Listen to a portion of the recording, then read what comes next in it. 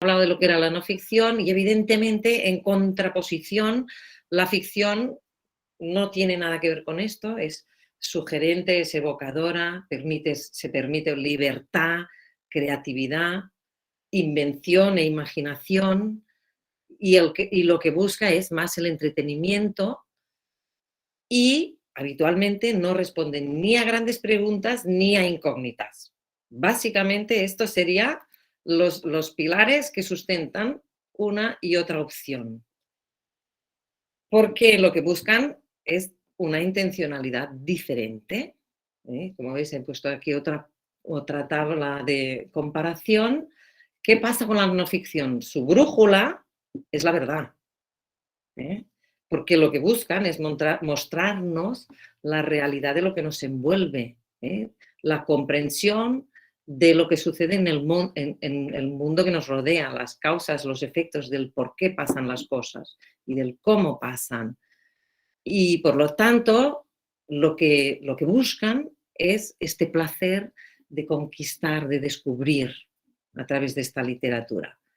Mientras que cuando hablamos de ficción, la brújula no tiene nada que ver, porque en ningún caso busca la verdad, sino lo que buscan es esta apertura de la mirada, de la mente, de la sensibilidad, que nos acompañan en esta capacidad de empatía, en pensar de diferentes modos, en vivir otras vidas. Cuando leemos ficción nos permite esto, ¿no? O viajar desde el sitio donde estamos. Muchas veces nos hacen salir de nuestra zona de confort, pero al mismo tiempo nos dan este placer de poder soñar, de poder especular con aquello que nos están contando. Por lo tanto, conclusión básica, necesitamos de las dos opciones, porque tanto la una como la otra nos enseñan y por lo tanto, tanto de la una como de la otra podemos aprender. Y en el aula debemos tener las dos. Es básico. Esto es una frase que a mí me gusta mucho porque en pocas palabras dice cosas importantes para mí. Dice, leemos y contemplamos para entender y comprender, pero también para aceptar que no todo se entiende ni todo se comprende, porque la vida es así, ¿no? Es una frase de Begoña Román Maestre, que es una profesora de filosofía de la Universidad de Barcelona, que a mí me parece hermosa y os la he puesto, porque me parece que es un buen resumen de todo lo que nos puede pasar a través de la literatura. Este boom de literatura no ficcional tiene un origen.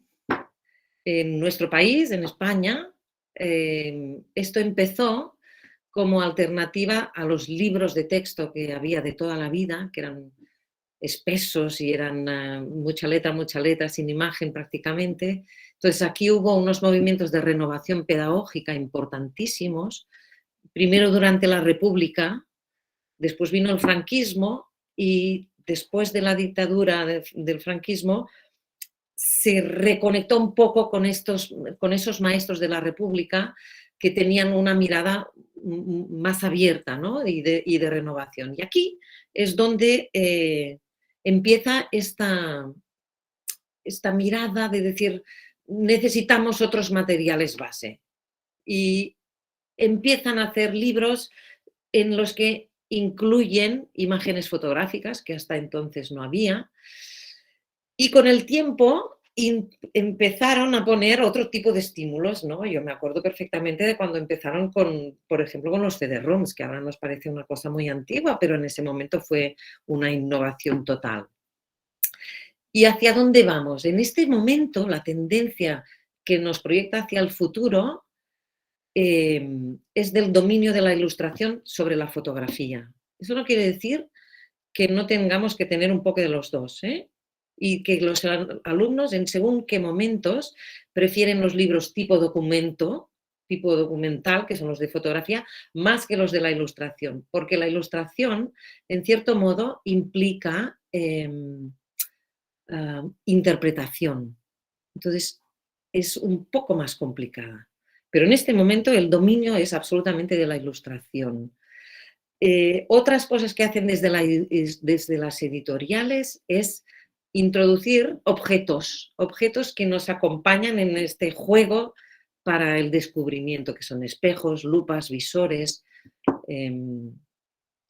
¿Qué más hacen? Han puesto esquemas, mapas, cosas que antes era prácticamente imposible de encontrar. Y otra cosa que han hecho es que los libros ahora son preciosos, y han introducido recursos que les dan aún más fuerza visual, como pueden ser solapas, pestañas, los pop-ups, unos troquelados a láser maravillosos que permiten una definición espectacular, o sea que visualmente son muy potentes. Estamos en este momento, estamos aquí. Y es lo que se proyecta hacia el futuro. Pero, ¿qué pasa? Que tenemos Internet, y que hay una dualidad entre Internet y el mundo de la edición. Por lo tanto, han ido buscando recursos. ¿Qué pasó con Internet? Internet supuso en el momento en que salió la sustitución absoluta y total de las enciclopedias. Han pasado a estar absolutamente desahuciadas, de las guías, de los atlas de países. Cae también la generación de los libros con fotografía. Prácticamente en ese momento dejaron, es ahora que algunas editoriales han recuperado una parte, pero dejó de hacerse porque estaba todo en la red. Y además nos proporcionaba una inmediatez que nunca antes habíamos conocido.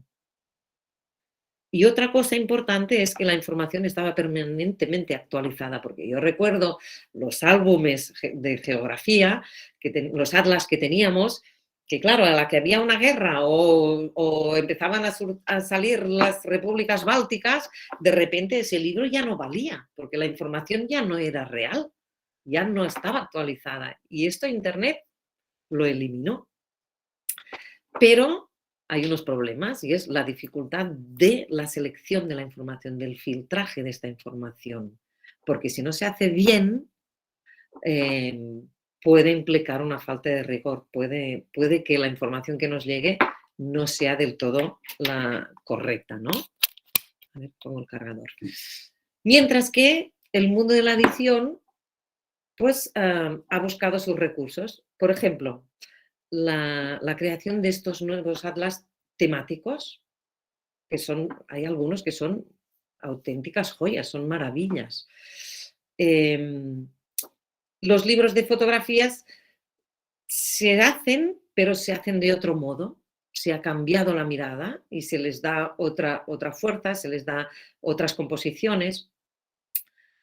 Otra cosa que está utilizando, otra baza que utiliza el mundo de la edición, es la potenciación de la calidad artística, por un lado, y de la manera en cómo explican el mundo a los lectores.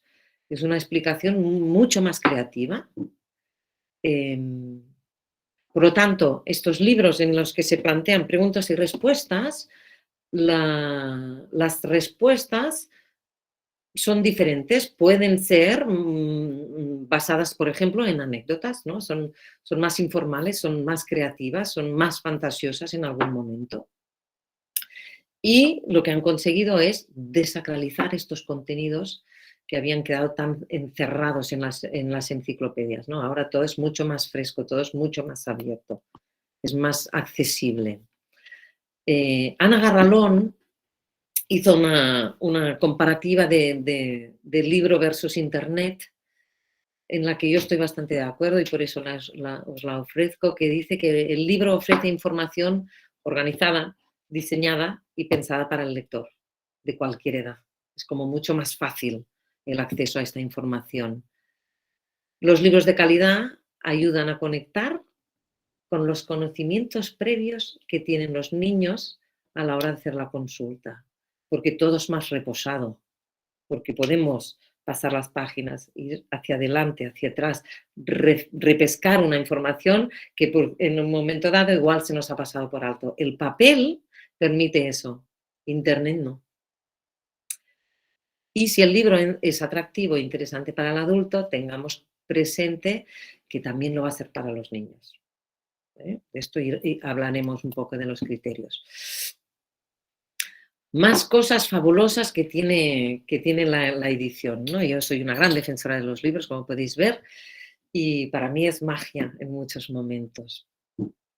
Lo que ha hecho este mundo editorial de ahora mismo es una ampliación temática que busca el interés de los lectores. Por lo tanto, tienen la capacidad, en Internet está todo y todo mezclado. Los libros no, los libros nos lo dan ordenado y además por temas, lo podemos buscar simplemente con la parte exterior del libro, podemos saber de qué va a tratar ese libro, ¿no? Que vamos a poder encontrar dentro. Aún así, hay una distinción muy clara entre lo que es libro de carácter escolar y los libros que se editan de cara a poder compartir en la familia. Que esto no significa que no pueden entrar también en la escuela, porque si son libros que nos dan información que nos puede servir, ¿por qué no aprovecharlo, no? Son tan bonitos, están tan bien hechos que están a caballo entre lo que sería el libro como objeto y el libro de regalo. Mm, hemos llegado a este punto, ¿no? En que pueden ser un regalo precioso. Y por lo tanto, es una combinación de este rigor informativo que necesitan un poco los libros de no ficción, los libros de conocimiento, pero acompañado de una seducción divulgativa, ¿no? De una atracción a la vista ya, ¿no? Como esto es como con la comida, si está bien presentada nos gusta mucho más. Pues los libros es un poco lo mismo. Entonces, cuando yo hablo de álbum de conocimiento, me refiero a libros que son el resultado de hibridar, de fusionar, de juntar el concepto de lo que se entendía hasta ahora como álbum ilustrado con este libro de información, de conocimiento, más de divulgación de los saberes. Entonces se junta y aparece esta maravilla que tenemos ahora, que son estos libros, ¿no? Siempre acostumbran a ser de gran formato, son muy grandes físicamente, porque cuando lo abrimos nos invita a compartirlo. Son libros realmente para compartir. Evidentemente los podemos leer individualmente, pero nos abren la puerta muy bien a compartirlos. Las ilustraciones tienen un papel fundamental, básico, porque son la parte que nos da esa atracción. Y el texto es lo que nos ayuda a poderlo leer secuencialmente, cosa que antes no se hacía. Era más salteado y es lo que nos pasa también con Internet. Y ahí los libros nos ordenan, nos ayudan, porque el texto es quien nos marca la dirección que tenemos que seguir para poder leerlos. Evidentemente, dentro podemos encontrar elementos discursivos muy diversos, desde explicaciones a descripciones, ejemplos, seriaciones, comparaciones, etcétera, etcétera, etcétera. Por lo tanto, también podemos trabajar esta parte textual a partir de estos libros.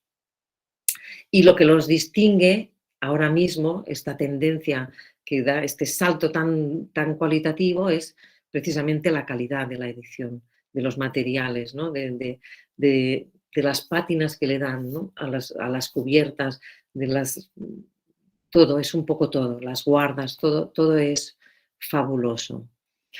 Entonces, hay maneras de clasificarlos lo pasaremos un poco rápido, porque esto no sé si es muy interesante para vosotros, pero que sepáis que podemos clasificarlo desde... Yo he puesto estos 3 criterios diferentes, hay más, pero pueden clasificarse según el binomio de conocimiento-ficción o según el grado de información o bien según la relación entre información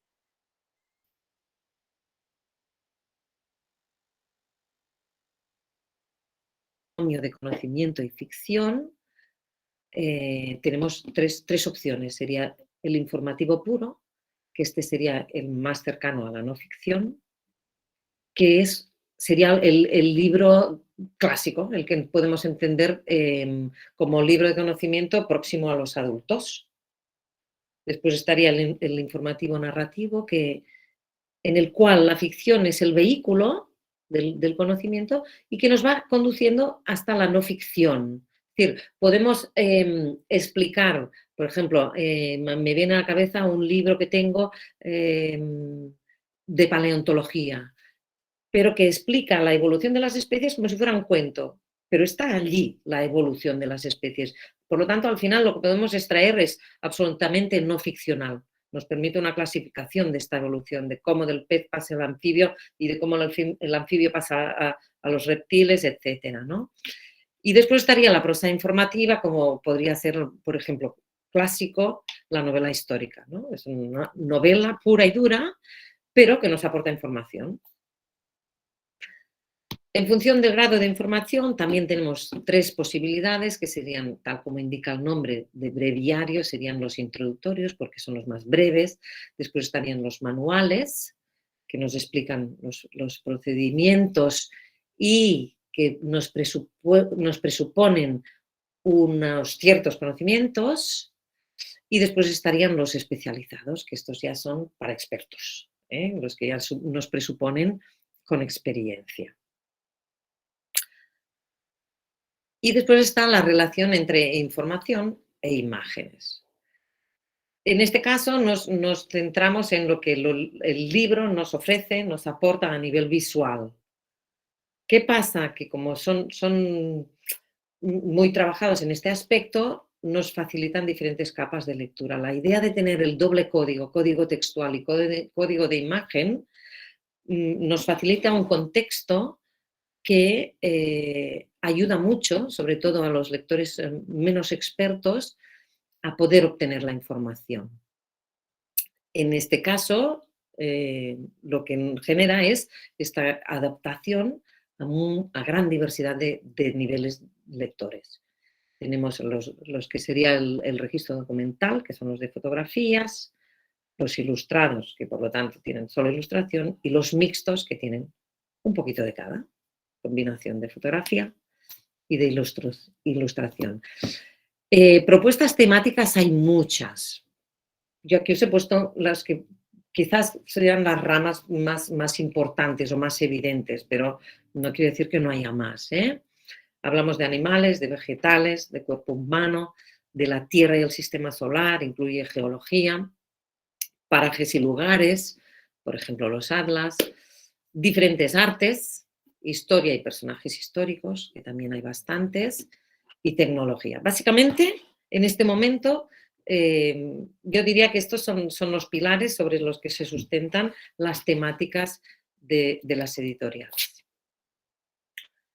Entonces, ¿cómo lo hacemos nosotros a la hora de seleccionar el corpus? Es decir, la colección de libros con los que yo quiero trabajar. Esto es importantísimo, porque al final los profesores somos quien filtramos, quien seleccionamos los libros. Por lo tanto, tenemos que tener unos criterios claros.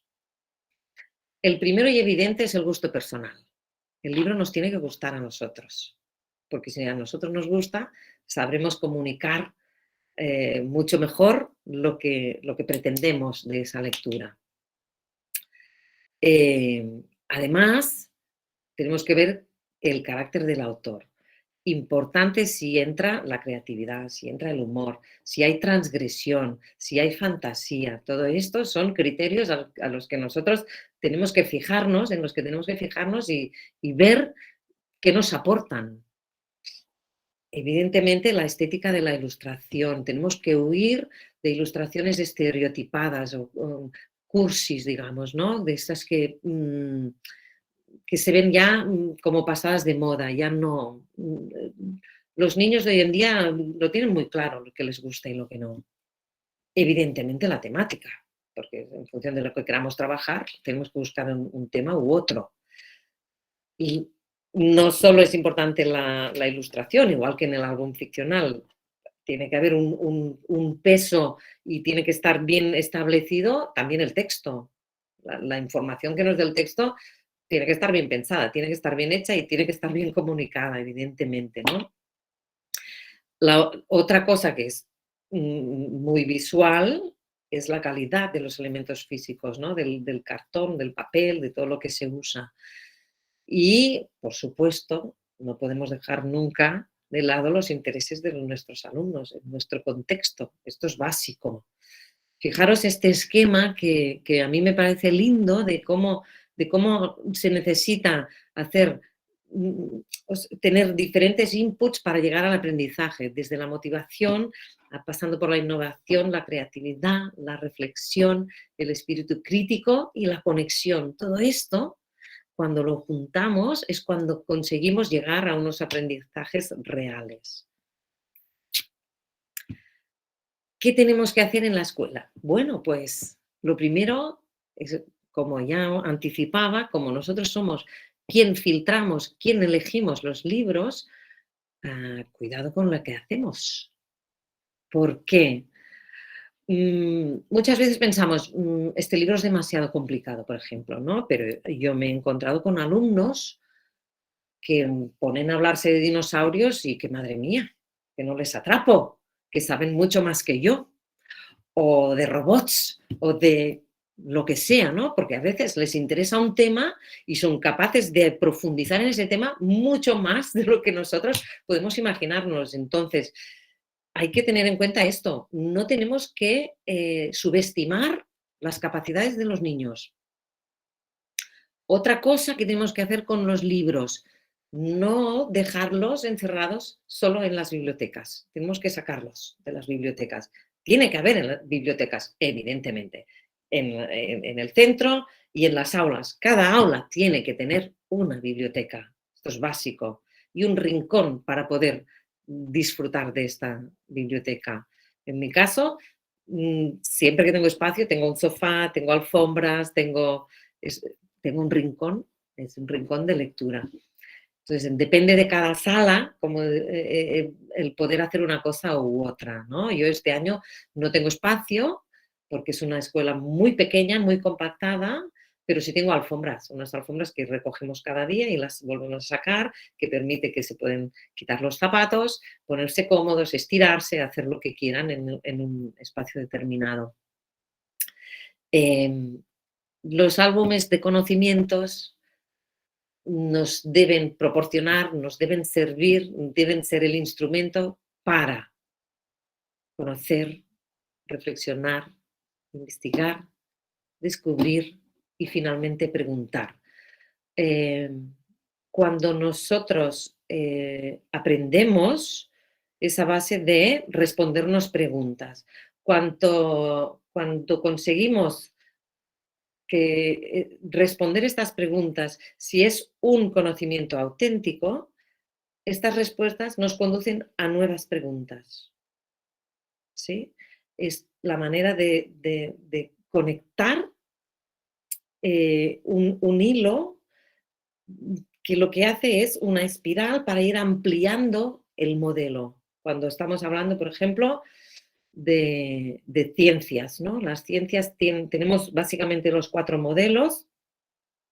El modelo ser vivo, el modelo materia, el modelo sistema solar y los cambios físicos y químicos. Básicamente son estos 4, por ejemplo, ¿no? Hablo de esto ahora en este momento. Entonces, el conocimiento tiene que ser como una espiral. Partimos de un punto donde ellos están con sus conocimientos previos y nuestro trabajo es que esto se vaya ampliando en forma de espiral. Por lo tanto, unas preguntas nos tienen que llevar a otras, que tienen que llevar a otras, y de este modo nunca vamos a perder el interés, ni de ellos ni nuestro. Por lo tanto, vamos aquí, tenemos que conseguir despertar este interés. Cultivar la capacidad de descubrir. No cortar nunca las alas a la hora de cuando nos muestran la curiosidad y sobre todo la fascinación.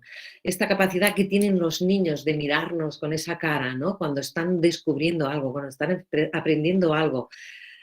Esto es importante, es aquí donde tenemos que llegar y esto es lo que tenemos que trabajar y nunca encogerles, al revés, darles alas para que crezcan. Si conseguimos esto, ya tenemos lo más importante, porque ellos mismos van cogiendo conciencia de su propio proceso de aprendizaje y esto cada vez les motiva más. Entonces entramos en una espiral en positivo de motivación. Cuanto más sé, mejor lo hago, por lo tanto, más me gusta. Esto nos pasa también a los adultos. Cuando hay alguna cosa del trabajo que no nos apetece mucho, es, bueno, ya lo haré, bueno, ya lo haré. ¿No? Y empezamos siempre por lo que se nos da mejor, por lo que nos gusta más. Pues ellos igual, somos todas personas y tenemos la misma manera de entender la vida. Esto es así. Entonces, conclusión de cómo tienen que ser estos libros, tienen que ser útiles, pero también nos tienen que seducir, nos tienen que gustar, nos tienen que entrar por la vista. Entonces, recuperando la idea de que cuidado con lo que filtramos, es importante que el lenguaje sea asequible. Por lo tanto, asequible y sencillo no quiere decir simple, no quiere decir que no esté bien hecho. Quiere decir que ellos tienen que poder entenderlo. Aunque el contenido del libro sea complejo, pero el cómo lo comunican tiene que ser abastable para los niños, tienen que poder entenderlo. Si eso es así, los libros no tienen edad. Cualquier libro vale para cualquier persona, para cualquier nivel de lector.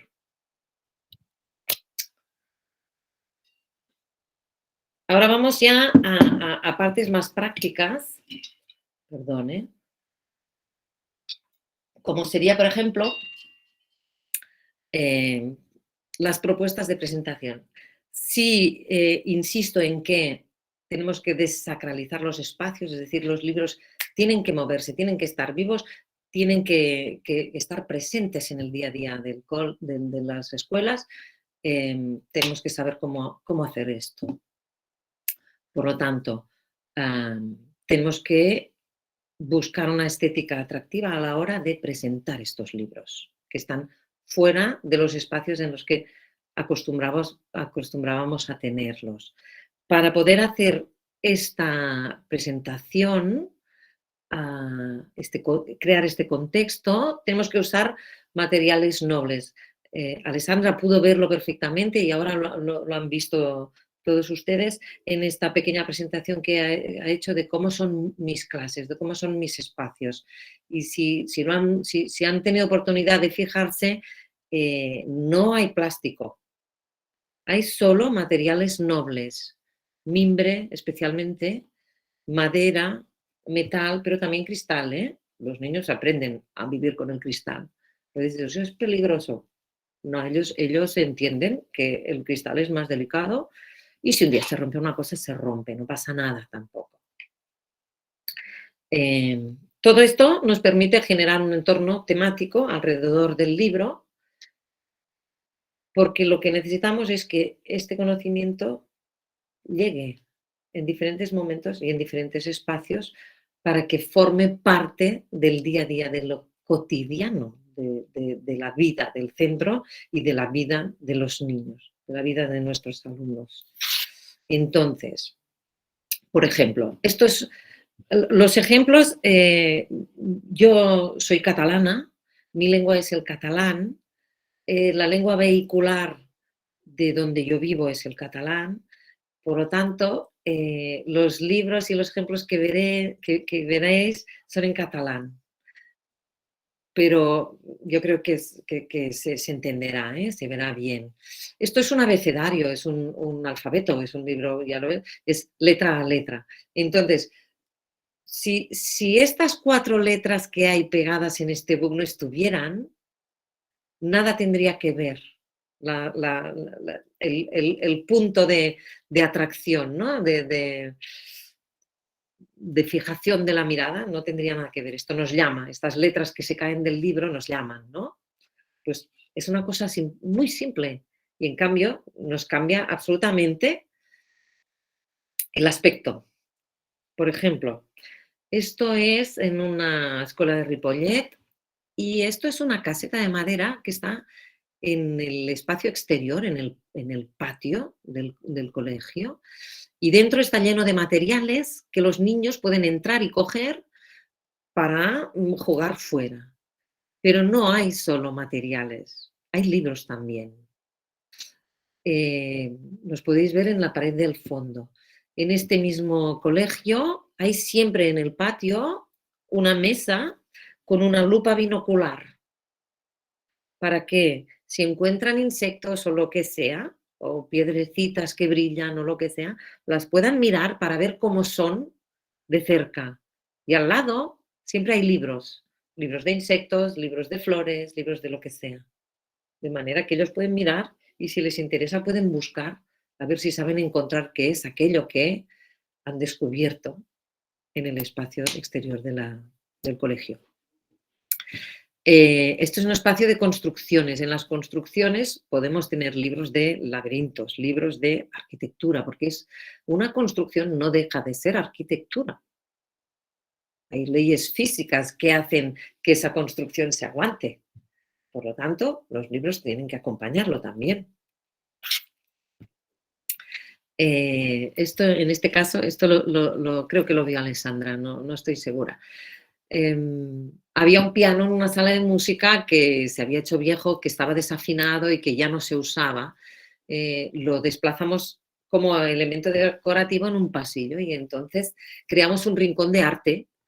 Se pueden ver maletas de pintor, pusimos una tela con su caballete y lo envolvimos de libros de pintores diferentes.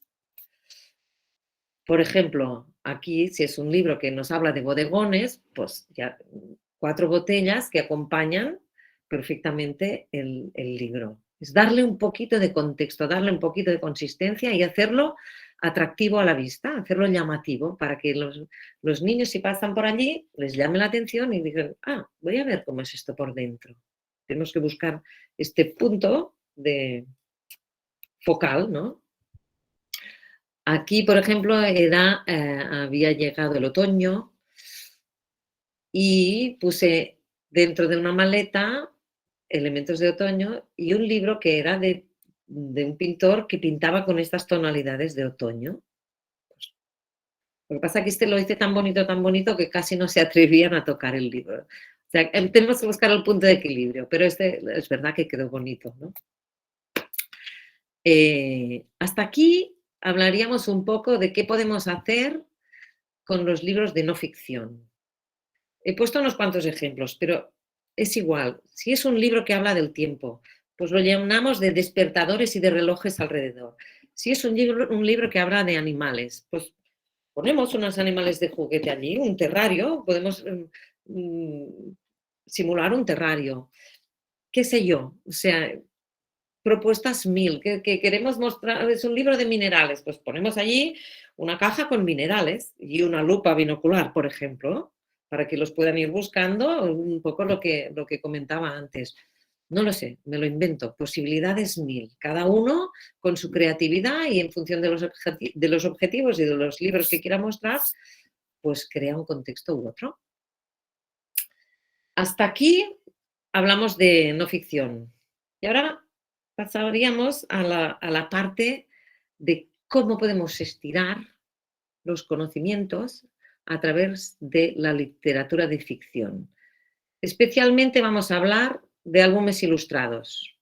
No sé cómo está la producción en Brasil. En España es muy potente, muy potente. Tenemos alrededor de 10.000 títulos al año, con lo cual tenemos un poquito de trabajo para seleccionar. Entre todos, 10.000 títulos serían entre todo. Voy a hacer una pequeña muestra de cómo lo hago yo, dentro de un proyecto de investigación. La base es la conversación. Normalmente, cuando me interesa introducir un libro en especial, lo leo yo. Hago una lectura modelada, evidentemente enseñándolo siempre, porque si es un álbum ilustrado, es imprescindible que vean la ilustración, porque si no, no se entiende. y la base es siempre la conversación literaria. Por lo tanto, hay unos aspectos que tenemos que tener en cuenta. Y uno de ellos es la mirada. Tenemos que entender que la importancia de la conversación literaria. Tenemos que entender que es un espacio donde se construye una comunidad interpretativa que comparte en ese momento la lectura de ese texto. Y no solo eso, sino que este mismo espacio nos permite llegar al consenso de significados a partir de las respuestas de cada uno, de cada una de las personas que intervienen. Esto por un lado. Por otro lado, tenemos que pensar qué pasa con las respuestas. Las respuestas son únicas, no son predecibles en absoluto, porque cada niño en su mundo y con su mochila vital y con su creatividad nos puede decir lo que sea. Pero ¿qué pasa? Que el adulto que gestiona esta conversación, ah, aunque no quiera, influye. Influirá más o menos en función de cómo nosotros queramos hacerlo, cómo nosotros nos veamos como mediadores. Ahora no voy a hablar de tipos de mediación porque si no sería demasiado largo y tampoco no, bueno, si Alessandra me dice que quiere información de esto, se la puedo hacer llegar, ¿no? Porque hay muchas maneras de mediar una conversación. Lo que está claro es que lo hagamos como lo hagamos, es difícil que las respuestas de los niños se separen mucho del hilo conductor que nosotros estamos marcando. Es lógico. Lo que sí que pasa es que las opiniones se modifican muchas veces en función de lo que sale dentro de esta conversación grupal. Este esquema a mí me gusta bastante porque en muy poco explica mucho de lo que puede pasar en una aula durante esta conversación literaria. Tenemos la parte superior sería lo que estaría dentro del ámbito privado y la parte inferior sería lo que atañe a la parte pública.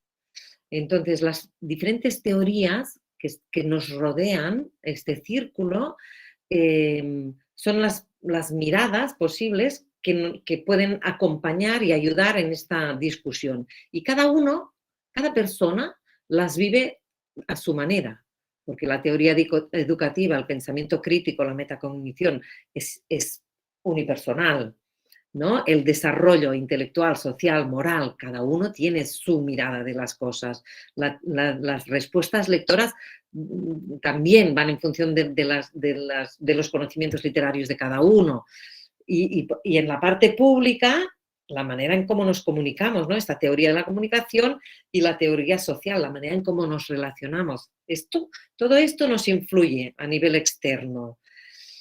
Y eso produce desde el ámbito privado la respuesta lectora de cada uno, con un significado que es personal y que es sentido por cada una de estas personas que participan. Y en el momento en que traspasamos de la parte posterior a la parte inferior, es decir, que hacemos público ese mensaje, este significado, se convierte en algo compartido. A partir del texto se va compartiendo y se crea esta comunidad interpretativa a través de este mediador que nos hace llegar a un significado común, a un significado colectivo, a un significado compartido.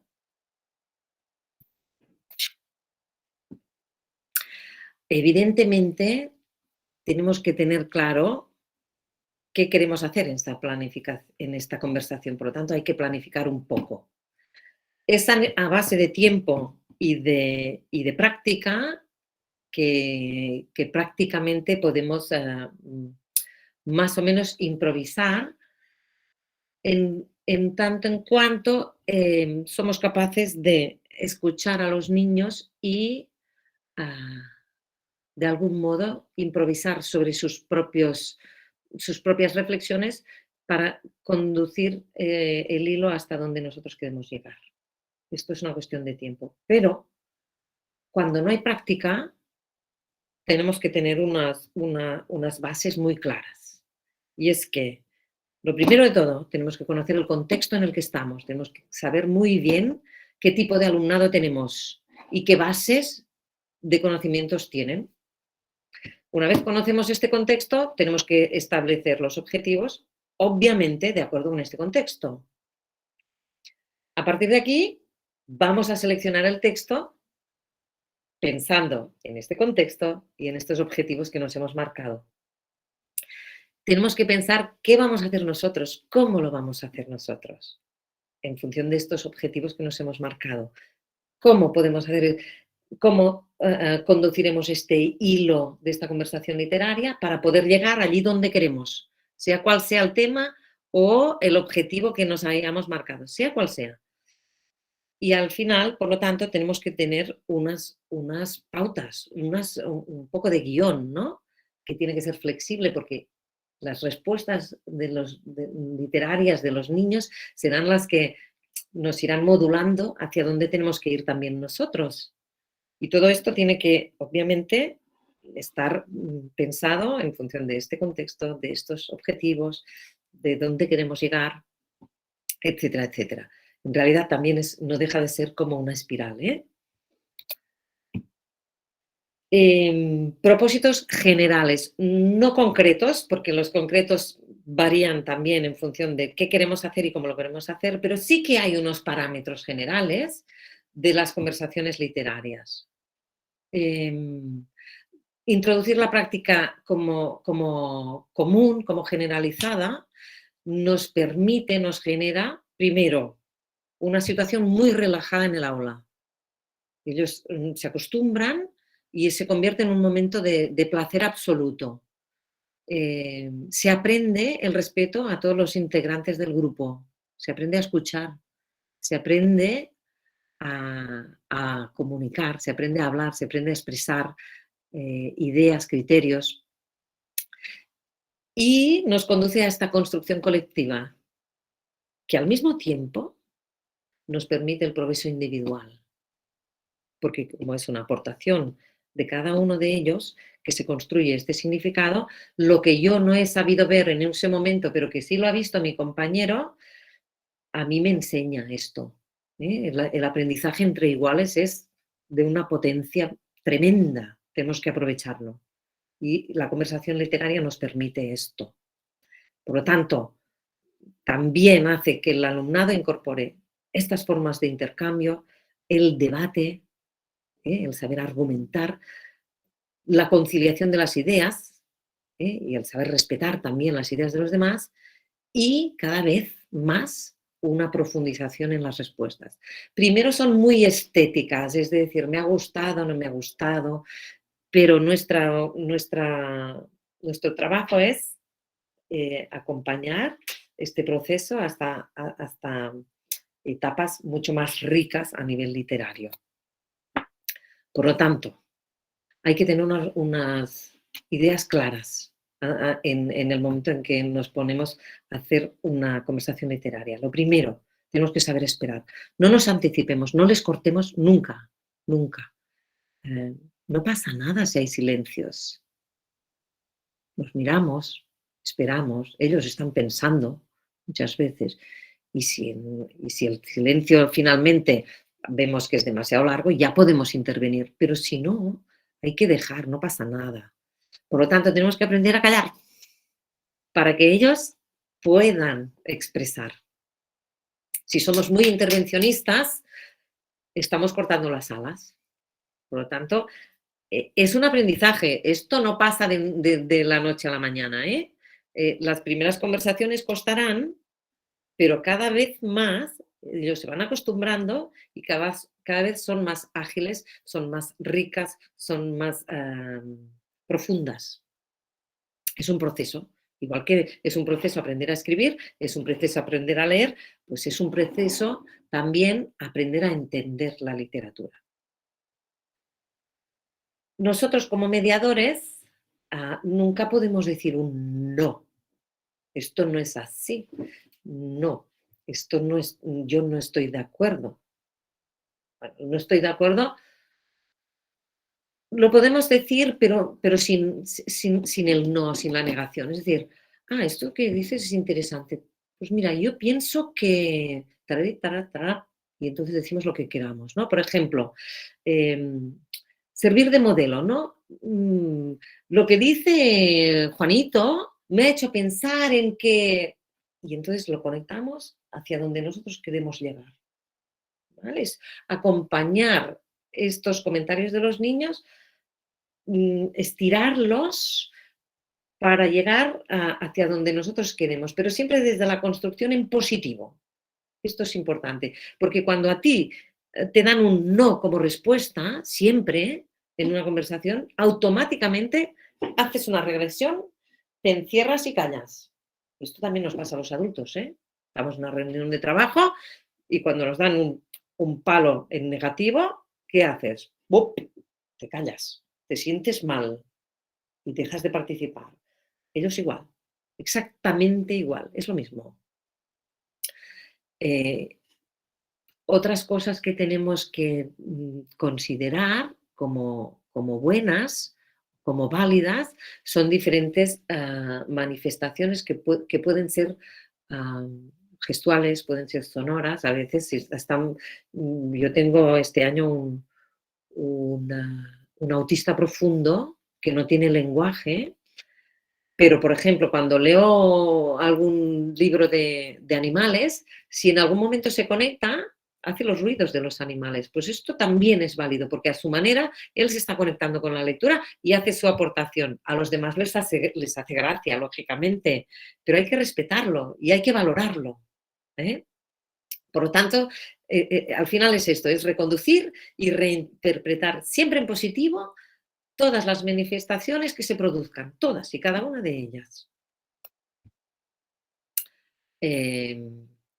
Otra cosa que es importante es que cuando nosotros leamos un texto en el aula, sea el que sea, es porque lo hemos elegido. Si lo hemos elegido, es que lo hemos leído. Y a veces, no una vez, sino más de una. Por lo tanto, tenemos que tener muy presente que ese texto que nosotros tenemos por conocido, ellos no lo conocen en absoluto. Por lo tanto, no podemos esperar que nuestro conocimiento sea el mismo que el de ellos, de ese texto. Parece una obviedad, pero no lo es tanto, porque a veces les pedimos cosas a las que no pueden llegar. Primero, porque nosotros sabemos más que ellos, lógicamente, pero segundo, porque tenemos esta preparación previa del texto que ellos no tienen. Por lo tanto, depende de qué tipo de texto presentemos, a lo mejor una sola lectura no es suficiente. Especialmente si es una lectura autónoma, si vamos a dar un fragmento ya no hablo de álbumes ilustrados, a lo mejor estamos hablando de narrativa de niños más mayores, pero si tienen que hacer una comprensión lectora, con una lectura solo no van a tener suficiente. Hay que darles tiempo y posibilidad de hacer relecturas y lecturas compartidas.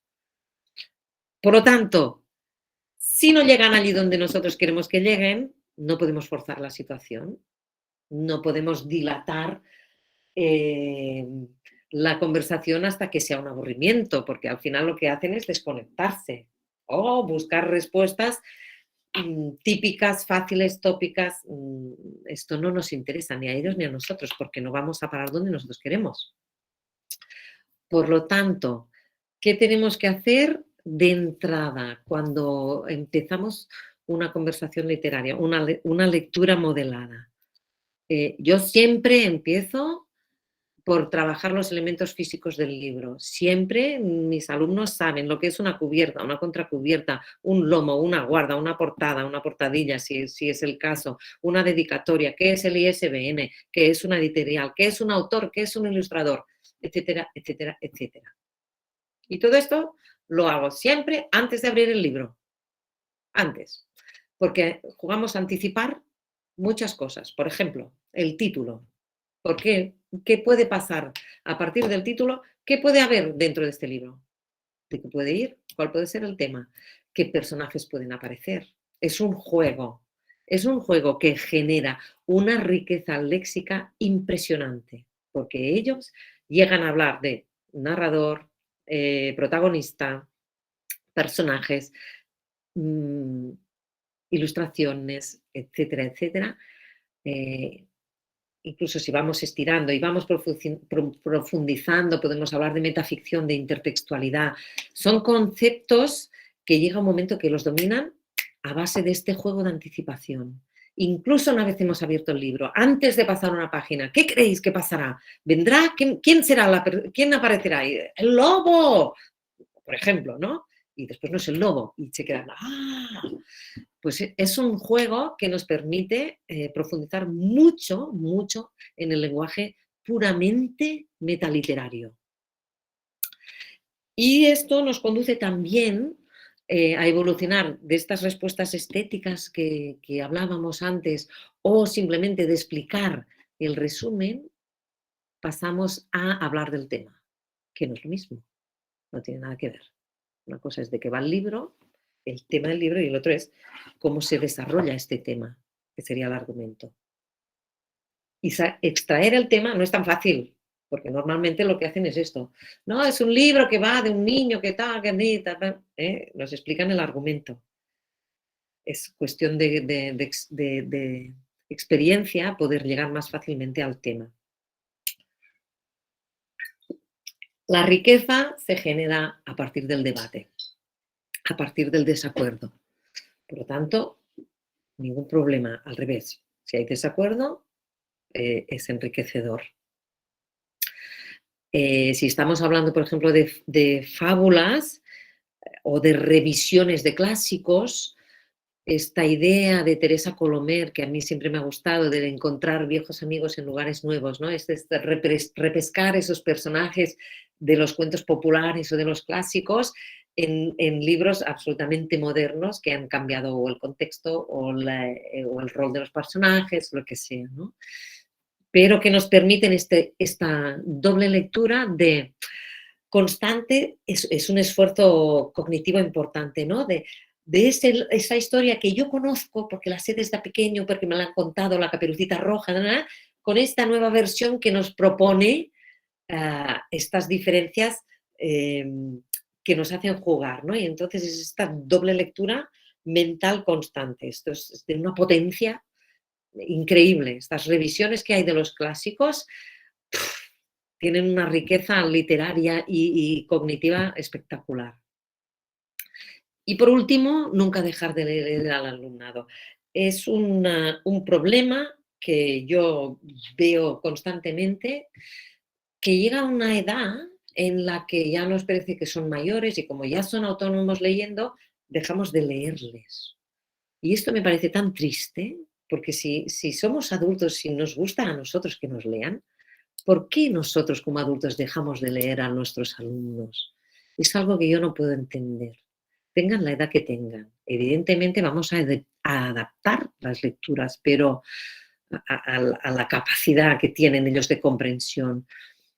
Pero yo, ¿por qué no puedo leer un Roald Dahl por capítulos a unos niños de 12 años? ¿Por qué? Si les encanta. No sé. Es un problema que tenemos y que no sé por qué pasa, pero pasa. Entonces es un ejercicio que tenemos que hacer. Nada, que para que salgan respuestas genuinas tenemos que crear unos contextos de intercambio naturales, frescos, donde los niños y niñas que participan de estas conversaciones y que son los lectores se sientan libres de decir lo que quieran. No lo que nosotros esperamos. Esto es así. Porque si no, volvemos a las respuestas tópicas que no nos ayudan a avanzar. Por lo tanto, les tenemos que dejar libertad. Libertad de creación y de opinión. Esto es una documentación que Alessandra os ha explicado antes, que a través de este libro sin texto, que se llama Bárbaro, de Morricone, es un libro. La primera vez que yo vi este libro, precisamente venía de Brasil, este libro, me lo trajeron de Brasil. Cristina Porrero, que había venido a un simposio, creo, y me fascinó, me atrapó este libro, es una maravilla. Y entonces descubrimos, ¿no? Yo cuando leo un libro sin texto, evidentemente hago expresiones con la cara, pero no digo nada. Ni hablo cuando ellos intervienen. Voy haciendo gestos para que entiendan que yo no intervengo, que queda todo bajo su percepción y su interpretación. Solo es al final cuando empiezo a hablar. Entonces, esto es un resumen un poco de lo que pasó en algunos momentos durante la conversación literaria, ¿no? Una niña no tiene letra, ¿no? Entonces descubrimos que se le llama un libro sin texto. Eran muy pequeños, esos niños de... Estaba en un segundo, 7 años. 7 años, ya hablamos del final, ¿no? De los finales sorpresa, cómo ellos conectaron con diferentes libros que habíamos leído durante ese curso, que ellos recordaban con un final sorpresa. Fue súper divertido, fue muy bonito, muy bonito, muy bonito. El libro se llama Bárbaro y tenía un niño que acababa de llegar de Argentina, que allí cuando dices qué bárbaro, esto es cuando algo te gusta mucho, y aquí en rojo se ve aquí, cuando te gusta mucho, Luca dijo, ¿no? Que era el significado del título. Y otro dijo, bueno, pues es por la imaginación, cada uno hacía su aportación. Bueno. Esto es el primer bloque, vamos al segundo bloque, que es la parte de cómo trabajamos desde la ficción dentro de los proyectos de investigación. Hay que estar muy al loro y hay que tener la cabeza llena de libros. Para que nosotros podamos ofrecer esto, tenemos que conocer muchos libros. Es que si no, no sabremos cómo conectarlo. ¿Qué pasó? Estábamos haciendo un proyecto que vino un niño con 2 insectos que había encontrado, que estaban muertos, pero en muy buen estado, y nos estuvimos mirando con lupas y tal. Y yo sabía que como contenido curricular tenía que trabajar los reptiles. Entonces se me ocurrió, a partir de esos 2 insectos, de preguntarles si eran reptiles, y todos me contestaron que no enseguida. Y ¿cómo es que no son reptiles? ¿Cómo podemos saber si es un reptil, un animal? ¿No? Y a partir de aquí empezó el proyecto de investigación, porque con esta pregunta ya nos viene la investigación sobre cuáles son las características, etcétera, etcétera. Y en un momento dado un niño dijo, pues yo he visto una foto, porque era verdad, yo también la había visto, de una serpiente que se comió a una persona. Y entonces a mí automáticamente me vino a la cabeza esta imagen que todo el mundo conoce, que es el Principito de Saint-Exupéry, y la proyecté. Y la proyecté en la pizarra y estuvimos hablando un poco de esto. Había un niño que sabía lo que era y dijo, yo lo tengo, este libro es El Petit Príncipe en catalán, y entonces esto ya me dio la oportunidad para trabajar este libro, ¿vale? Es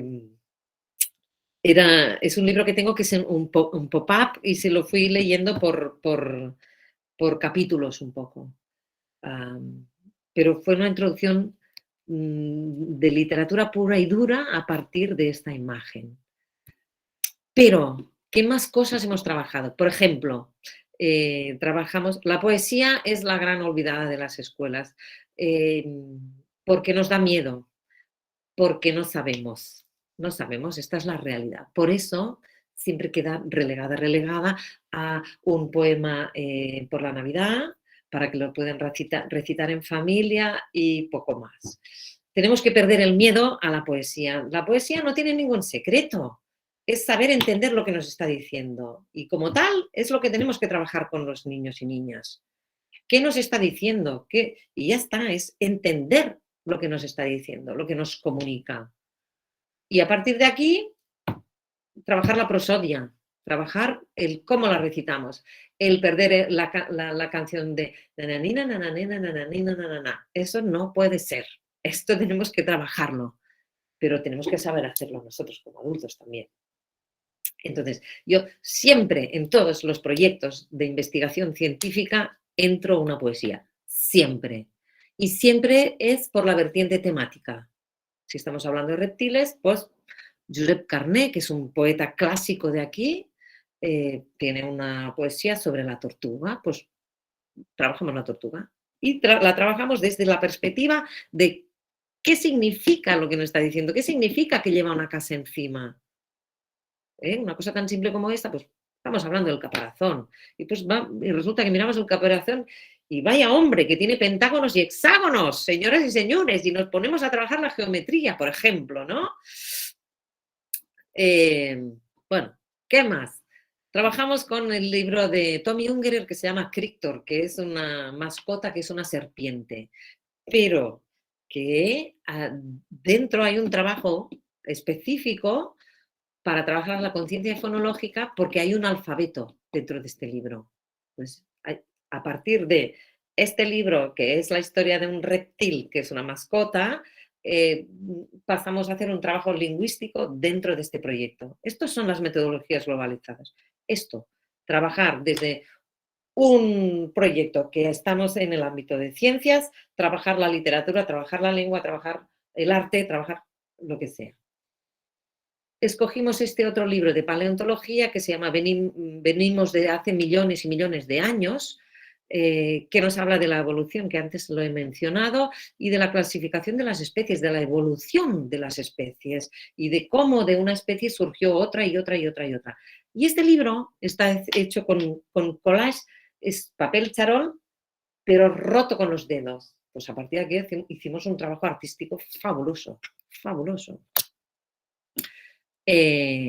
Otro trabajo que es en este caso de las ciencias del ámbito social, teníamos que trabajar lo que era el barrio. Surgió un día que los niños, tú dónde vives, dónde vivo yo, y nos dimos cuenta de que no todo el mundo vivía en el mismo sitio, por tanto empezamos a hablar de que era un barrio.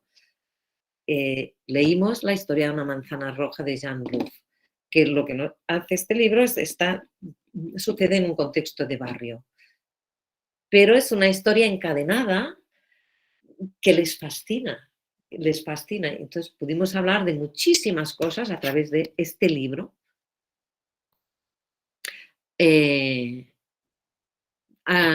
libro, que es un libro sencillito, pero muy, muy, muy resultón, porque les hace mucha gracia, se llama Código de Circulación. Es un marco de la Caperucita Roja, pero que una vez entra dentro del bosque se va encontrando señales de tráfico. Y dentro de cada señal de tráfico hay una indicación que concierne a otros cuentos populares. Por lo tanto, ellos van haciendo las conexiones de hay los tres cerditos o la ricitos de oro y se ríen mucho, claro, porque es un libro con mucho sentido del humor. Las señales son las composiciones ideográficas más básicas, digamos, ¿no? Y a partir de aquí, con esta idea de la concepción gráfica, pasamos a la poesía virtual en este mismo proyecto. Y lo hicimos a través de un fotógrafo, creo que es de Madrid, no lo sé seguro, que se llama Chema Madoz, que hace maravillas como esta fotografía que ven a la izquierda, que a partir de un contexto que no tiene nada que ver, hace una imagen muy sugerente. Y a partir de aquí, pues recortamos revistas, cosas de revistas y las sacamos de contexto y ellos le generaron un contexto nuevo, hicimos una exposición en el pasillo del colegio donde se explicaba un poquito quién era Chema Madoz y qué habíamos hecho y por qué lo habíamos hecho. Esto es importante, compartir siempre el significado de lo que estamos haciendo, porque anticiparlo, vamos a hacer esto que nos va a servir para esto, esto y esto y esto. Porque si no, si ellos no tienen un poco la intención de lo que queremos hacer y para qué nos va a servir, pierde mucha intensidad y pierde mucho significado. ¿Vale? Hay dos cosas importantes, compartir el sentido y el significado y traspasarles el control de la responsabilidad de su proceso de aprendizaje. Son dos cosas que nunca tenemos que perder de vista.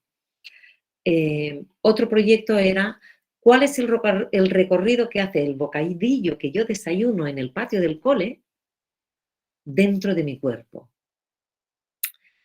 Y utilizamos este libro, Una caperucita roja, Una caperucita roja es una historia en que la caperucita se empodera y cuando el lobo es un marco bastante tradicional, pero con una mirada absolutamente innovadora.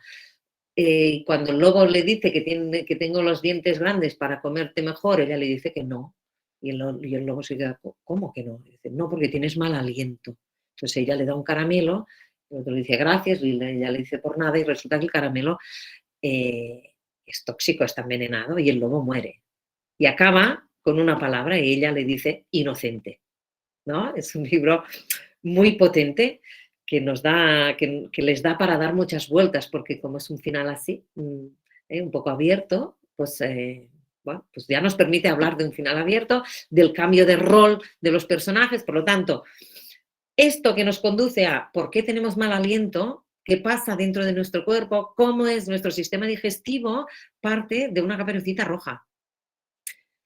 Por lo tanto, claro, que es importante que conozcamos muchos libros y que entendamos qué conocimiento científico podemos estirar a partir de este libro, que es una caperucita roja. Pero claro, tenemos que leer, tenemos que leer, tenemos que tener un buen archivo en la cabeza. Otro proyecto que fue de otro año diferente, pero que era similar, era todo lo que entra, sale, ¿no? Un recorrido por el cuerpo humano. Pero este lo hicimos de una manera distinta porque primero empezamos por el fuera, ¿qué nos conecta el fuera con el dentro? Que son los 5 sentidos, ¿vale? Entonces, a partir de aquí, pues hicimos juegos con el tacto, con la vista, con los 5 sentidos. Y el libro negro de los colores es un libro precioso, maravilloso, que está hecho todo en blanco y negro y que tiene braille. El texto está en texto normal y en texto braille. Y a partir de aquí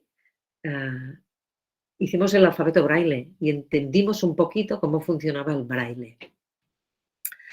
Y otro libro que utilizamos en este proyecto es El corazón y la botella de Oliver Jeffers, que supongo que le conocerán porque Oliver Jeffers es muy conocido y nos permitió juntar las emociones con la realidad, porque tiene una guarda al final que es exactamente el corazón con las arterias y todo, de modo que nos permitió ver que el corazón es del tamaño del puño y de que qué pasa con nuestro corazón, ¿no? ¿Realmente el corazón tiene esta forma que dibujamos o no? ¿Y qué pasa con las emociones? ¿Podemos encerrar el corazón de verdad en una botella? Etcétera, etcétera. O sea que desde la ficción exportamos lo que nos dice la ficción hasta llegar al conocimiento científico. Esto es la manera en la que yo lo conecto. Cada vez más en los colegios hay huertos, al menos aquí, y el huerto es una fuente de conocimiento inagotable. Entonces, durante un curso vimos qué ocurría durante ese curso, durante un año, en el huerto del colegio. Mao y Zio es un libro de Carson Ellis. Carson Ellis es el mismo de, pues en castellano, La oruga glotona, creo que se llama. Un clásico también. Entonces, Mao y Zio, bueno, he puesto una foto de una página interior para que se pueda entender un poco más. Fíjense, en el diálogo dice, Mao y Zio, Yuyo y Aneta, Yuyo chachocoma, muña muña. ¿Vale? Están mirando una planta. Es un libro precioso, maravilloso. Los niños suelen se ríen mucho, mucho, y suelen decir que es insectívoro, idioma insectívoro. Con este libro, aparte de que es un libro en el que podemos ver todo el ciclo de una planta, desde que brota, nace, hasta la floración y el fruto, el final, y vuelta a empezar con una nueva estación, nos muestra también una metamorfosis de un gusano que acaba siendo una mariposa y tal. Entonces, ¿qué hicimos con este libro? Ellos escribieron el diálogo, lo tradujeron el insectívoro a idioma humano. Y es un trabajo arduo porque no es tan simple como parece, porque empiezan muy alegremente.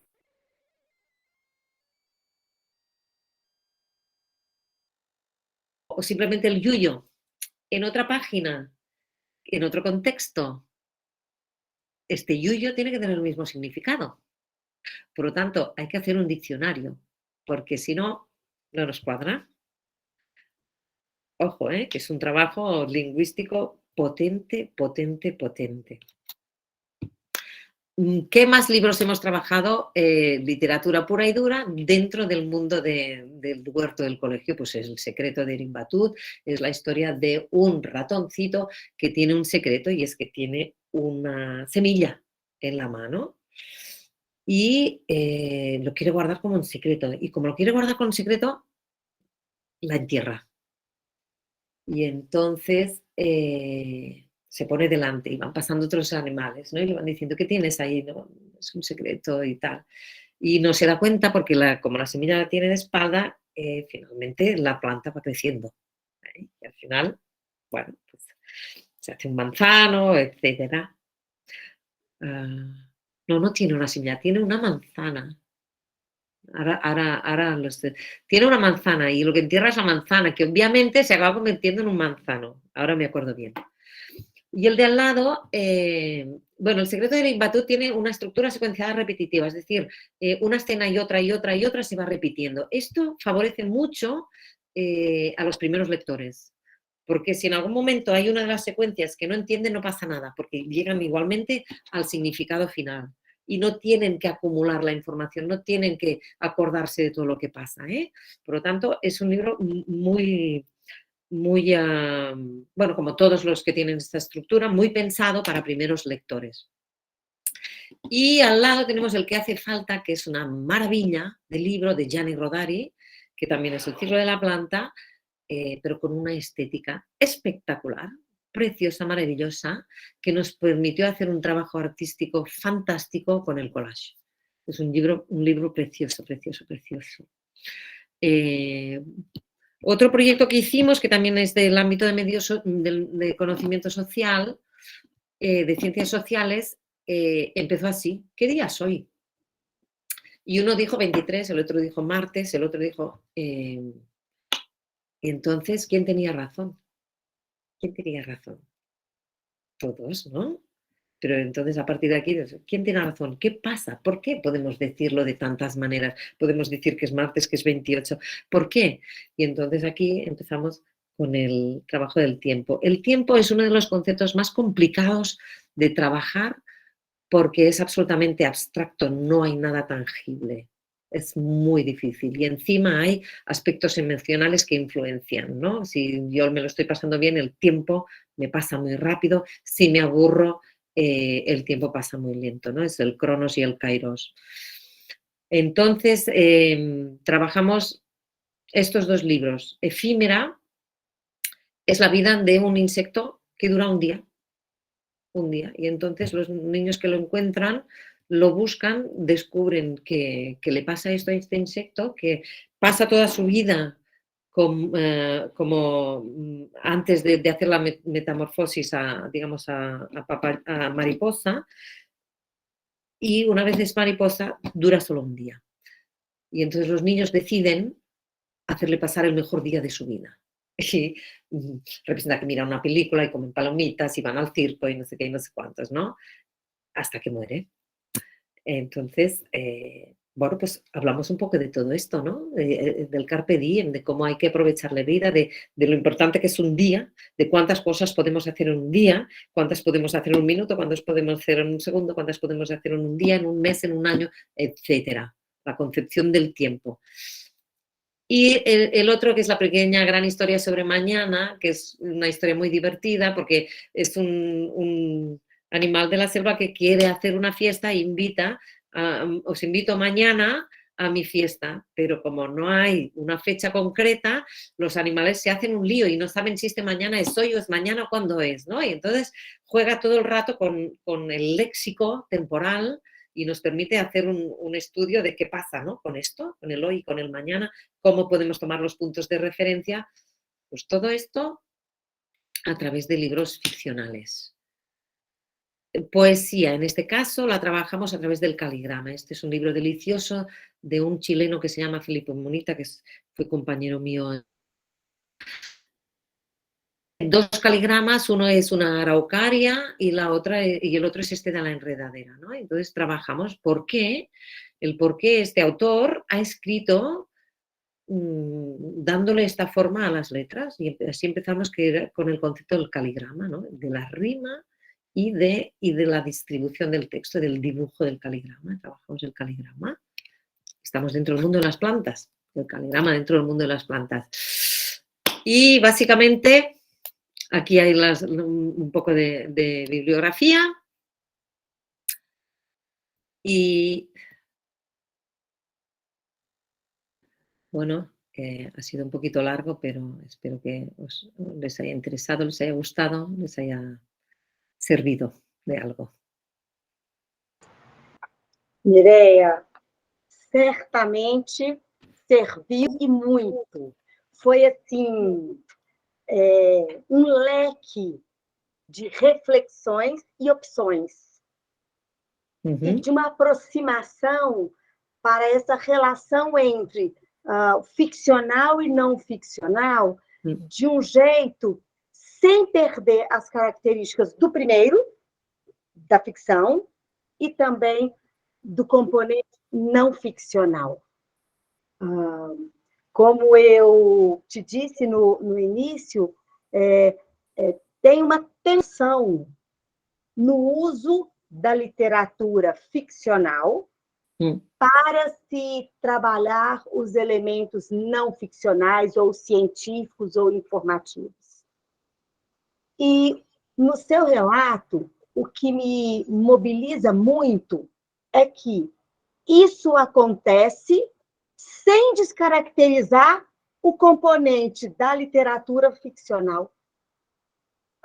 Esse livro que você me apresentou, e que eu certamente, né, fui atrás, o trabalho da compreensão de que aquelas palavras, se aparecessem naquela mesma ordem de escrita, num outro contexto, teria que ter o mesmo... É a mesma palavra, mas que pode ter significados diferentes dentro de um contexto dado. Isso é pura alfabetização. Entretanto, porque você desenvolveu, inclusive, este projeto com crianças que ainda estavam em processo de alfabetização. Entretanto, olha o quanto de literatura que se toma força num projeto gráfico e que ajuda essas crianças a desenvolver esquemas para aprofundar os seus conhecimentos e as suas camadas de leitura da literatura, e não da alfabetização. Bom, assim a minha, né, interpretação pode ser, talvez eu não tenha entendido tão claramente, mas Felipe Munita, que você também me mostrou, a concretude dos poemas dele e a relação com a natureza, com a estética verdadeira da natureza e a estética verdadeira do poema. É um entrelaçamento sem perder, sem banalizar, sem diminuir.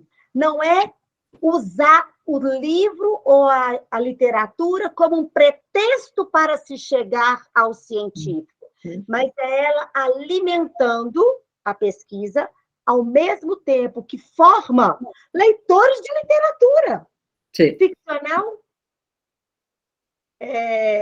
Gente, eu vou pedir desculpa a vocês, eu caí a internet e eu perdi todo o meu histórico e eu não consegui recuperar se alguém fez pergunta, enfim. Então, eu não tenho como mediar vocês e Mireia. Então, se nós temos aí uns minutinhos... temos, Mireia, alguns minutos? Sim, por mim, sim.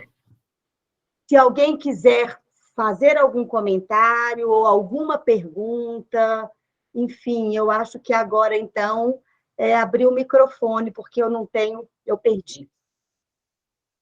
Suelen, por favor, pode falar. Você não abriu o microfone. Desculpa, eu quero primeiro agradecer a oportunidade do evento aberto, porque eu estou falando de Brasília, escondida aqui na minha cozinha, porque eu estou com 2 crianças pequenininhas aqui em casa, minhas filhas, e eu sou professora de educação infantil também, então achei, assim, muito rica essa apresentação, que coisa linda, deu vontade de sair correndo e trabalhar. E aí eu queria, da Mireia, primeiro agradecer, né? E depois perguntar 2 coisas assim que eu fiquei curiosa.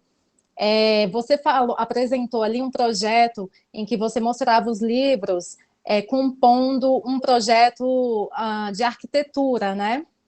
E eu queria saber se você tem sugestões dos nomes mesmo das obras literárias para a gente trabalhar esses temas que vão além da linguagem. Achei muito interessante esse ponto. E a minha segunda pergunta, eu queria entender melhor como que a gente pode se colocar como guia da criança dentro da biblioteca, porque pelo que eu entendi, o ideal é que elas não estejam sozinhas, foi isso? Será que eu entendi certo? Não sei se eu entendi certo. E necesito traducción, porque has hablado deprisa y no te he entendido. A segunda? Vamos responder a primeira, então, aí depois eu faço a segunda pergunta, pode ser? Alessandra, ayúdame un poco. Voy a intentar. Suelen dicho que hay una percepción de que los niños no pueden estar solos en las bibliotecas. Siempre están cercados de mediadores. Sí. No están solamente buscando por si sós. Eu queria entender melhor essa dinâmica, como podemos guiar as crianças, de preferência assim, de 0 a 6 anos, dentro desse ambiente. Claro, depende de si hablamos de la biblioteca de aula, dentro del aula, tiene que ser de acceso libre. Ellos tienen que poder llegar a todos los libros y poder buscar y elegir el libro que quieren, ¿vale? Entonces es responsabilidad, darles la responsabilidad de que ellos la tienen que mantener bien ordenada, más o menos, según sus criterios, para que sepan cuáles son, ¿vale? Y vigilar un poco que el libro que cogen, eso sí, tenemos que estar en la distancia, pero estando, que realmente lo miran, que realmente lo intentan leer a su manera. Porque si es de esto que cojo y cambio y estoy todo el rato así, no estoy aprovechando el tiempo de lectura, ¿vale? Esto por un lado. Cuando son bibliotecas más de centro, más grandes, sí suele haber un mediador, porque les cuesta mucho si no encontrar libros. Si hay muchos, es más complicado. Entonces la biblioteca de aula es un buen recurso porque no tiene que tener muchos títulos, no muchos, tiene que ser una selección, pero sí que tiene que estar viva. El corpus tiene que irse cambiando.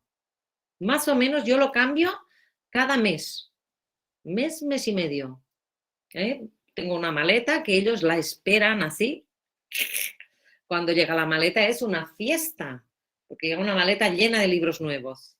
O sea, yo voy a la biblioteca pública normalmente y dejo los que hemos tenido durante un mes y medio y hago una nueva selección. Claro, esto son muchas horas de trabajo, también lo digo, no todo el mundo está dispuesto a hacerlo, pero yo lo hago. Y el día que llega la maleta nueva es una fiesta. Es una fiesta. Quieren meterse dentro de la maleta casi, ¿no? Para ver qué libros salen.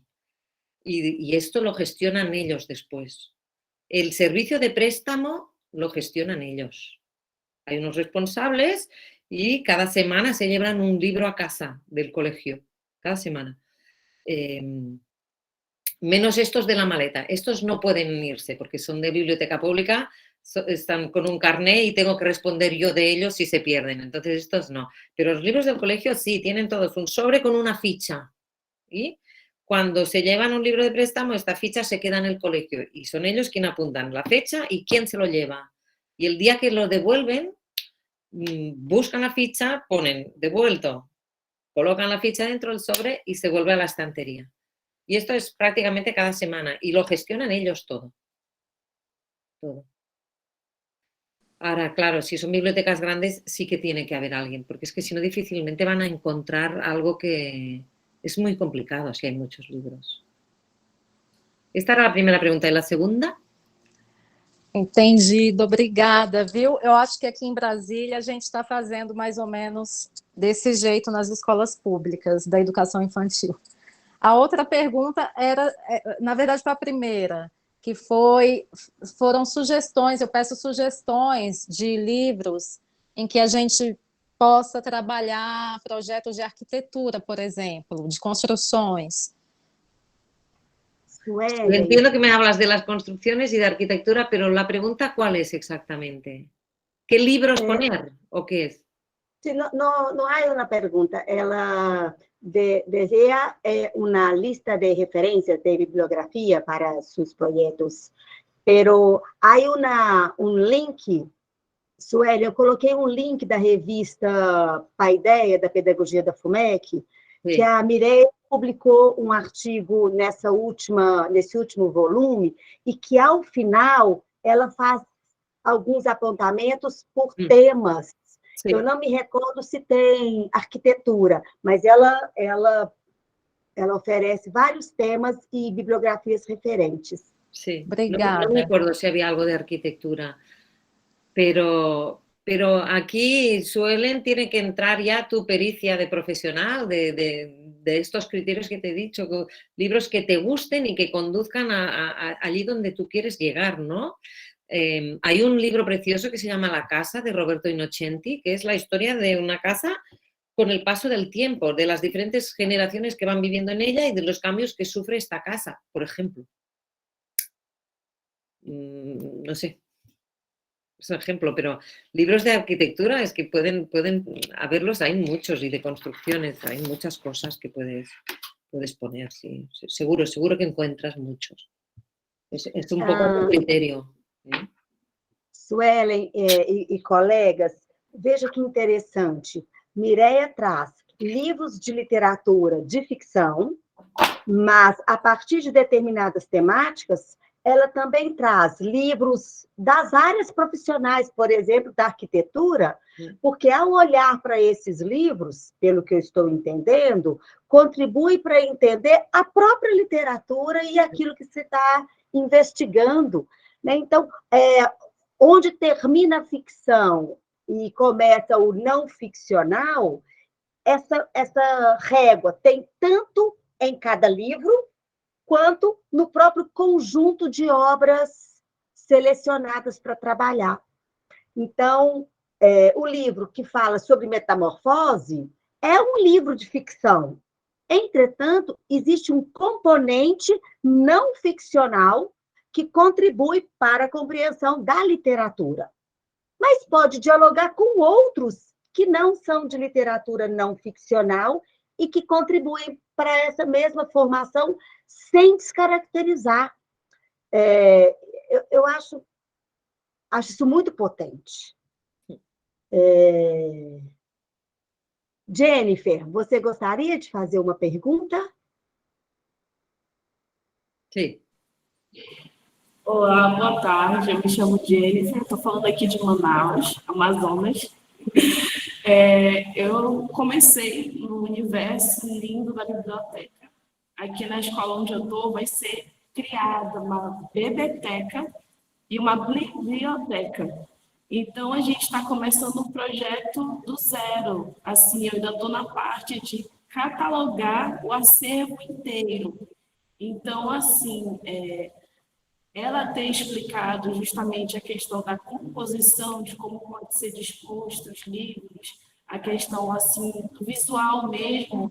Eu tinha buscado, né, algumas ideias, fiz algumas pesquisas em alguns artigos e achei muito interessante porque, além da questão de você ver o visual da criança em si, ela ficar atraída por aquilo, né?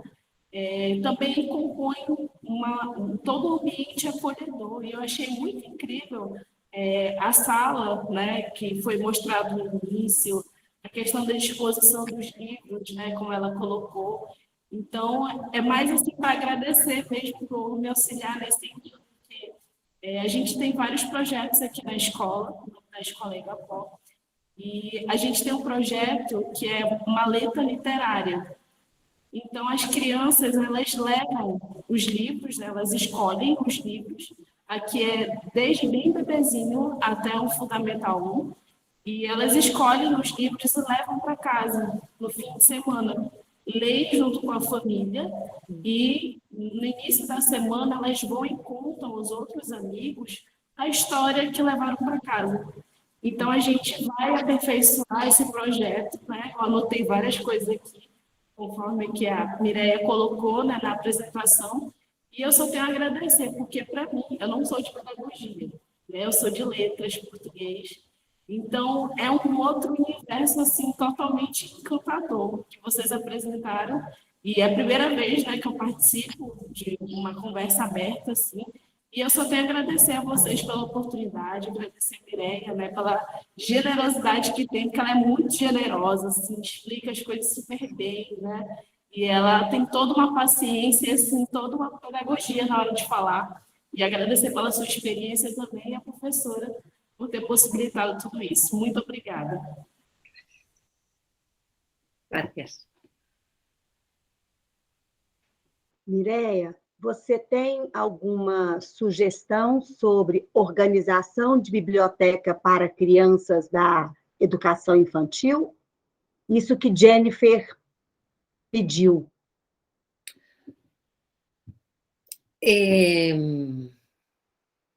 ¿De 0 a 6 o cómo? Sí, 0 a 6, Bebeteca, 0 a 6. Claro, aquí es más complicado porque pedirles criterios a ellos aún no están preparados. Es que lo veo difícil porque además la mueven mucho y no saben de dónde han sacado los libros. Yo creo que aquí es no tener muchos títulos y irlos cambiando de libros que estén pensados para ellos, con soportes duros, y no creo que haya una manera de ordenarlos. Yo creo que es más no tener muchos y que estén como estén, porque ellos no son capaces de mantenerlo. Yo pienso que es difícil. En las bibliotecas públicas, obviamente, que tienen tantos libros que los tienen que tener clasificados, pero por eso tiene que haber un adulto siempre, porque si no los niños no llegan a los libros. Pero para mí el criterio es que estén al alcance de ellos y que los puedan tocar, coger y ya está. Y si no tiene orden, no pasa nada. No sé. Jennifer, em relação aos critérios, né, de qualidade e para montar um acervo bibliodiverso, se for de sala, ficou mais difícil para poder explicitar os critérios. E aí Mireia deu a dica de que se são bibliotecas, por exemplo, as municipais, bibliotecas públicas, aí é necessário ter, de fato, um critério para que as crianças possam também circular com mediadores, de fato, mas a Bebeteca, né, essa ação aqui é uma ação também em parceria com a Bebeteca, da UFMG, nós estamos às voltas com estudo de critérios para qualidade e bibliodiversidade, mas também como nós vamos organizar o acervo da Bebeteca no novo espaço da Bebeteca lá na Faculdade de Educação da UFMG. Possivelmente, mais para adiante, nós vamos fazer um encontro aberto também sobre isso. Tá bom, Jennifer? Aquí las bibliotecas públicas de aquí las tienen en unos muebles, son como cajones, y las tienen normalmente por temáticas. Por temáticas. Ô, Mireia, a biblioteca infantil da Rosa Sensá, Sí. a Amália organizou para as crianças de 0 a 6, Sí. como se fossem legendas. Então, tem legenda com uma figurinha de coisas do cotidiano. Sí. Depois tem uma de contos de fada, depois tem uma outra que indica uma temática um pouco mais complexa. Sí. Então, essas 3 figuras, ela organizou todo o acervo com essas 3 figuras. Depois você pode me escrever que eu posso te mandar uma foto disso, ou então entrar no site da Rosa Sensá. E ela tem claro, né? A malha é espetacular. Ela tem claro que isso não é para limitar, mas auxilia as crianças no uso, na busca, sabendo do que se trata aquele conjunto. Sí. Son como pictogramas. En la biblioteca pública también lo hacen así, ¿eh? Son pequeños pictogramas que a ellos les dan indicios de qué pueden encontrar en cada uno de esos cajones. Y es básicamente sistemático, sí. Em uma biblioteca de Madrid, tem forma geométrica. Vou chutar, tá bom? Triângulo, livros para ver, são álbuns de imagem. Quadrado, livros para conhecer, aí são livros que trazem elementos também não ficcionais. Então, foi criando, aí já é uma outra categoria. Não é sobre o tema tratado na literatura, mas mais a característica do projeto gráfico, inclusive, da própria obra. Enfim, as bibliotecas têm criado alternativas interessantes. Sí. É isso, pessoal. Podemos finalizar? No sé. Não, desculpe, uma mais. O professor Haroldo escreveu uma pergunta. Ele é professor da Universidade FUMEC, do curso de Pedagogia, e também leciona no curso de Psicologia. Ele é formado em arte, mas, para mim, ele é uma pessoa formada em qualquer assunto que a gente pôr à mesa. Então, a pergunta gracias, maestra Mireia, gracias por tu rica charla. Rica charla, como actividad la conversación literaria y la construcción del conocimiento científico cuando se trata de niños inmigrantes en las escuelas catalanas. ¿Cómo usted trabaja con la diversidad cultural? Sí, aquí tenemos mucha de diversidad. En realidad, el gran trabajo que hacemos con esto es precisamente a través de la lengua. La lengua vehicular en estos casos es el catalán, y sea cual sea el origen de los niños. Es complicado,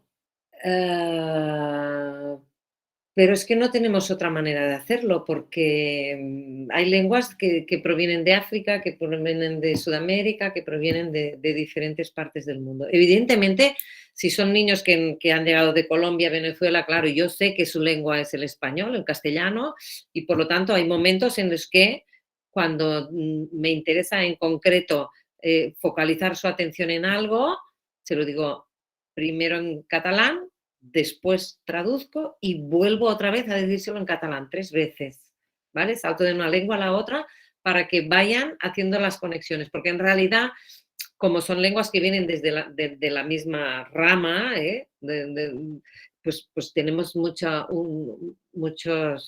cosas en común, muchas conexiones. Por lo tanto, es relativamente fácil aprender la una si se tiene la otra. Más complicado es cuando nos vienen de otros países, que su lengua, por ejemplo, es el mandinga, pues es cuestión de tiempo. Pero es el catalán, la lengua es el catalán. Hacen una inmersión total, y a través de esta inmersión total, los niños, es increíble la capacidad de aprendizaje lingüístico que tienen. Es increíble. Y lo hacemos así, ¿eh? No, es que no tenemos otra manera. Y lo conseguimos, ¿eh? Funciona. Hace muchos años ya lo estamos haciendo, la inmersión, y nos está funcionando bien, sí. Poco a poco. Al principio les cuesta mucho y cada vez les va costando menos, hasta que llega un momento que al cabo de 3 o 4 meses ya te hablan en catalán. Ya está. Es increíble. tienen una capacidad de adaptación, la resiliencia, ¿no?, de los niños, que son de una potencia infinitamente superior a la nuestra. Es así.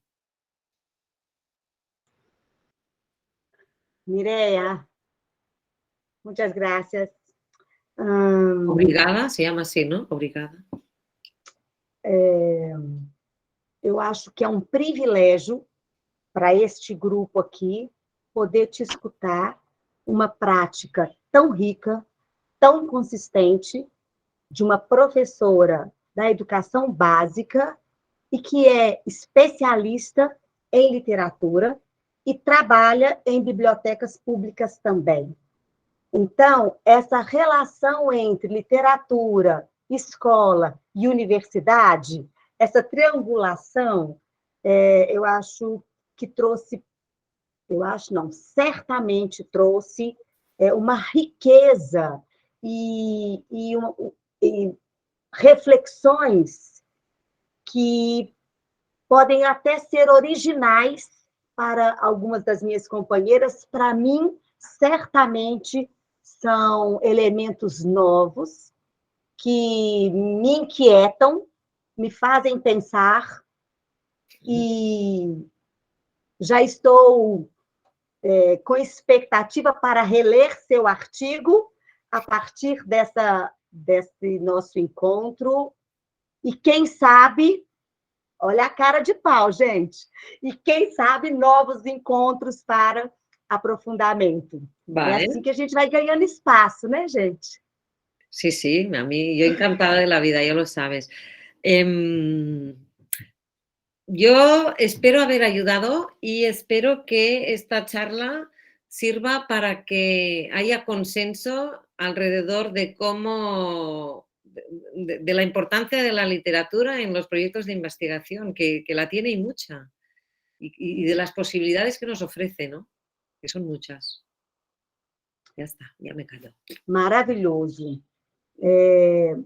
Muito, muito, muito obrigada a você pelo material, pela fala, pela contribuição, pelo seu tempo aqui conosco. Obrigada também às pessoas que se dedicaram assim no início de tarde de uma plena segunda-feira para se juntar a nós nessas reflexões e nesse debate. Eu agradeço muito a vocês também e às minhas colegas da FUMEC, da Faculdade de Educação, em especial minhas colegas da Biblioteca e do Promestre, que estão aqui, Dri e Marcinha, minhas colegas irmãs de vida, e as outras, a Patrícia, que também está com câmera aberta, Marcela Miranda, enfim, agradeço a todas vocês, Ana Carolina, que acabou de ingressar no mestrado, estaremos juntas, Solange, enfim, muito obrigada, viu, pessoal? Muito obrigada, Mireia, mais uma vez. Gracias a vosotras por estar aquí. Sim. Te mando por correo electrónico el PDF de la presentación, ¿sí? Sim, eu vou tentar recuperar os e-mails que eu pedi para colocar no chat para eu encaminhar para as pessoas que estavam aqui presentes a sua apresentação, conforme a gente combinou. Muy bien. Bom? Graças. Pues un placer. Tchau, pessoal. Até a próxima. Muito obrigada. Gracias a vosotras.